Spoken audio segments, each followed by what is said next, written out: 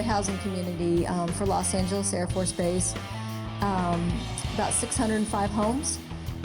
We have the Fort MacArthur historic area, and then we have the Heights and the Crest. And I know a couple residents are here.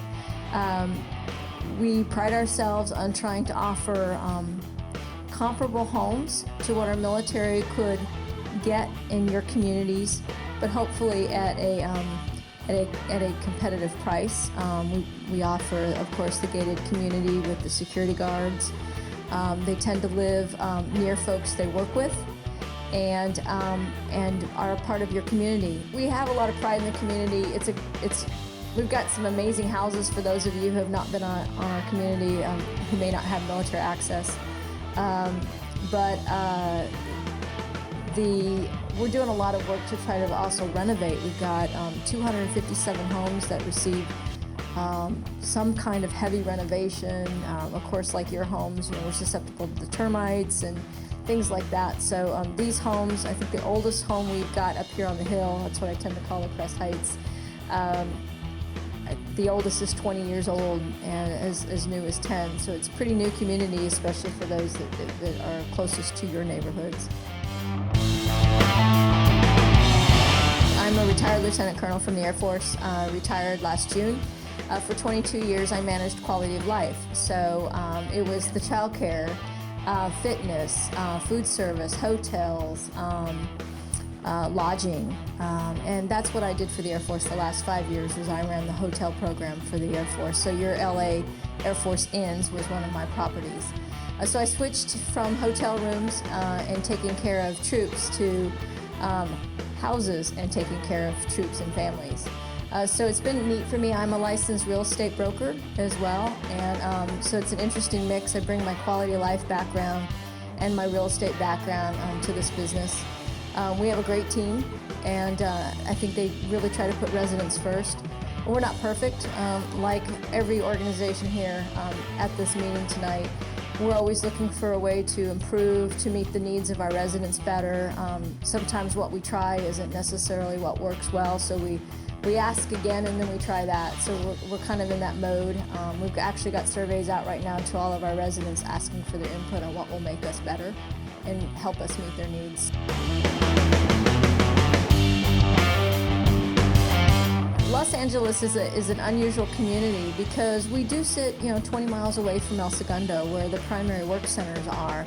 So we actually are open to what we call the waterfall, and what that means is we can take military retirees, any federal service retiree, a DoD contractor, whether they work on the base or not. So for instance, if we've got folks working over at the shipyards and they're a federal contractor or a federal civilian or even a retiree working over there as a contractor, they can live with us.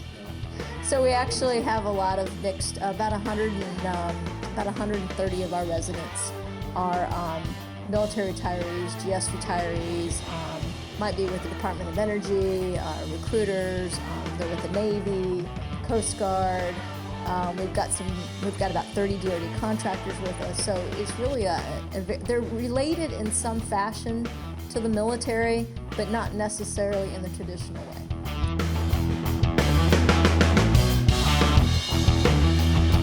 General access, there's a visitor pass process. Can you just walk on the base and show your driver's license? No, but they have a pretty flexible access, especially if you're coming onto the base for purpose.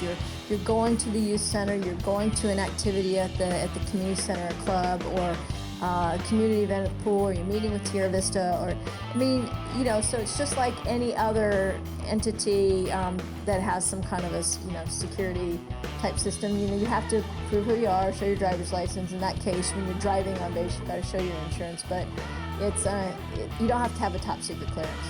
The real estate market, particularly here in California, has really changed over the last couple of years. So what we've had to do is not business as normal.